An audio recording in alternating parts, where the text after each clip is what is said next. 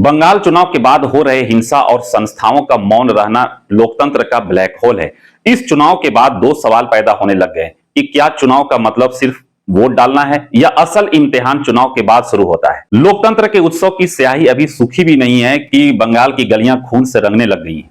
यह किसी पार्टी और की हार और जीत नहीं है, बल्कि उन संस्थाओं का फेलियर है जिस पर लोगों की सुरक्षा की जिम्मेदारी दी गई थी। बंगाल में हो रहे हिंसा यह लॉ एंड ऑर्डर की सिर्फ फेलियर नहीं है, बल्कि यह आइडियोलॉजिकल इंटॉलरेंस है और पॉलिटिकल पैट्रोनेज के तहत हो रहा है। यानी उन हिंसा करने वाले लोगों को राजनीतिक संरक्षण मिला हुआ है और उसे पता है कि सरकार उनको बचा लेगी। सवाल यह होता है कि चुनाव आयोग की जिम्मेदारी सिर्फ पोलिंग बूथ तक है या चुनाव के बाद भी तय होनी चाहिए।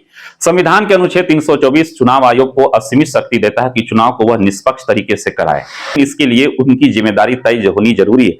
इसलिए इस संस्था में सिर्फ सुधार की जरूरत नहीं, बल्कि री इन्वेंशन करने की जरूरत है, ताकि इसकी जिम्मेदारी चुनाव के समय और चुनाव के बाद दोनों स्तर पर तय की जा सके और लोगों की सुरक्षा की गारंटी दी जा सके।